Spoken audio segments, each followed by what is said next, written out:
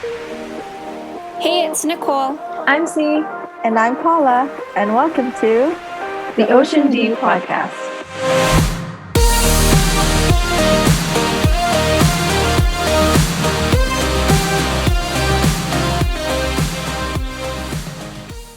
Hey guys! Welcome to our new segment on our Ocean Deep Podcast YouTube channel. And this segment is called Walking on Water. Wow. Wow. Hashtag wow. And why are we calling it walking on water? Because walking on water essentially means walking with God through this life. And if we don't walk on water with God, essentially our focus is not there and we can drown if we don't walk with Him. Yeah, if our focus is not on God, Yeah. if your focus is on the surroundings, the winds and the waves, then you drown. Mm-hmm. Yeah, so yay! Thank you for watching. Today's episode is branching off of our podcast episode about letting go and letting God. So we'll link that below. And we have a special guest today who is willing to share his walking on water story. Well, one of the ways that we let go is letting go of people who are important in our lives. So whether they've passed away or people who are still living and we're just not on the same page, we've gone separate ways. But today we're going to touch more upon people who have moved on from this life into the next. Mm-hmm. Yeah. So our guest for today is... Hi. Hi, my name is Mark. I am from Honolulu, Hawaii. So why am I here all day in Canada? Because of her. What? So how did God help you to let go of your loved one? So let's start from the beginning. Back in December 2021, I lost my grandma. And 2 months after that, I lost my uncle in February. And it was a back-to-back, huge loss for my family. And through it all, there were like so many storms. I mean, before losing my grandma, I was walking on water. Trusting God fully to its full extent. But once the process of losing a loved one back to back, you start drowning a little bit. I was like St. Peter. I was trying to reach for God's hand at that time, and I was just drowning. My trust for God literally plummeted, and I just relied on my own well-being at the time. So when I was helping plan the funeral, there's so many fires, so much drama that happened, and it was really stressful, especially when you have to get some finances together, when you have to pay for a casket, and mind you, a casket is $25,000 US. So it's not cheap. I'd say a wedding is cheaper than a casket itself. And I didn't have a lot of time to kind of just sit with myself, but the pockets of time that I did, I was just like, Lord, where do you want me? Or Lord, I need help continuing on. I don't have enough energy, I'm tired. I don't want to be sad. I don't want to keep crying, Now, after all the funeral, after all the fiascos happened, I finally had some time to myself. But then I noticed that I wasn't well. I was still sad. I was still kind of giving myself time to kind of just be alone. And I was just sulking every day. Or whenever I'd show up to ministry events, to hang out with my friends, I was present, but I wasn't really present. I was just a physical body just there, just to show up. I wasn't my normal extroverted self. I wasn't happy. I was just like, oh, hey guys, how's it going? And it was really hard. And it got to the point where I just slowly removed myself from society. I just started doing the same old things every day. Wake up, go to work, come home, talk to C, play games and sleep. I did that over and over again for a good 5 months. But that was where I noticed my health wasn't the best. You know, because of my overindulgences in like pastries, because that's how I cope with sadness, is eating desserts. Like, I gained weight, and then I neglected other personal things, like my own wellness, my hobbies, my own happiness, and even cleaning around the house, even helping parentals out. It was really hard. Up until I talked with C, and you know, I just wasn't doing well. Like, she recommended I had to go to see, you know, seek help, professional help, which is, you know, therapist. And at the time I was like, no. I mean, that was when I knew pride was just kicking in. And I was just like, I can do it by myself, you know, I don't need help.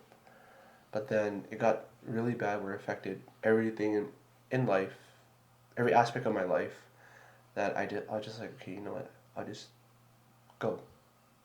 And I'm glad that I went to therapy, because my therapist said that grieving is love that has nowhere to go. You know, it's a cage bird stuck in a cage that has nowhere to go. And it was the love that I wanted to give grandma, my uncle, but they no longer exist physically. You know, realizing that first point kind of helped the starting of, you know, being better. Second point, during the grieving process, is to continue to offer masses for my loved ones. Doing that also helps to not only pray for their souls, but seek eternal life and seek the happiness of eternal life, wanting to hopefully one day reunite with them and just adore God, all together in heaven. And thirdly, just taking care of my own well-being. At that time, I loved playing basketball. My therapist said, "When was the last time you shot hoops?" And she gave me an assignment, and you know this. Like, I was not allowed to leave the basketball court until I finished shooting 50 hoops. And that worked for a while, until, you know, lost my job at that time. So it was a year of losses, but that's a whole different story. But at the end of the day, I mean, I've learned that it took a while, and that I shouldn't have like forced myself to kind of rush to get better, and that I should be humble enough to seek help and seek God in all of this. Because if I didn't take care of myself, if I just focus on I want to get better now, that, you know, I have to be better for this person, for that person, I have to show up okay, I have to, you know, I just have to I have to just be presentable, you know, just so it makes other people happy.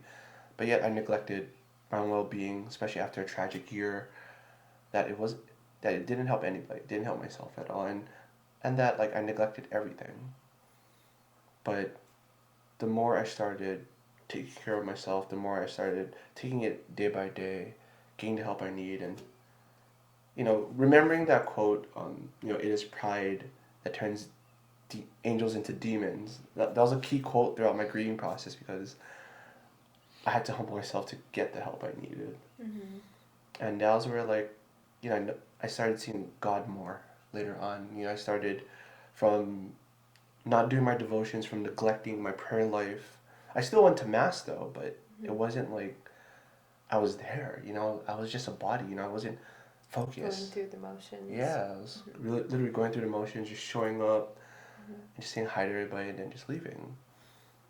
But then now it's like I'm a lot more fully aware of what's going on, you know, a lot more prayerful, back into my old routine, seeking out new devotions to pray. And, you know, now being better than who I was before, or during that period of sadness.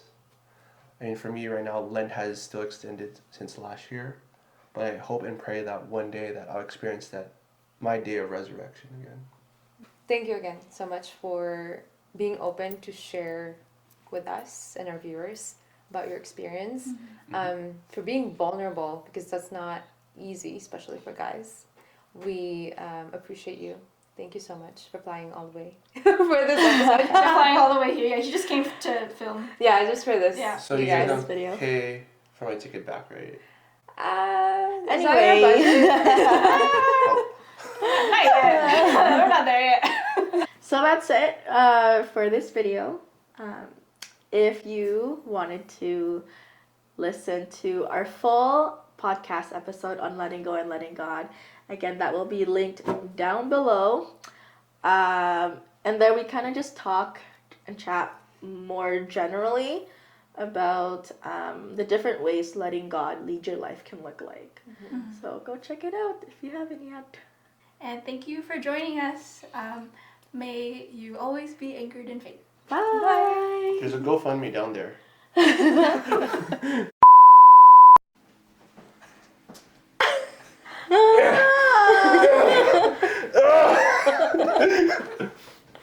Hi.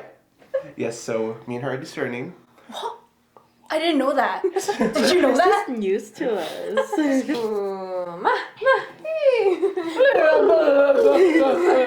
Definitely mistaken. Sorry, Alright. Paula, you had to rewatch all this. Okay. 3, 2, 1, go. Hey guys! Welcome to our new segment. You? Can you just hold up the sign so that we can Yeah, we need a script. You're like, So that's it for this episode. Sorry, I should say video, not really episode. I don't know. Anyway, sorry, I'll start over. Overthinking. Sorry.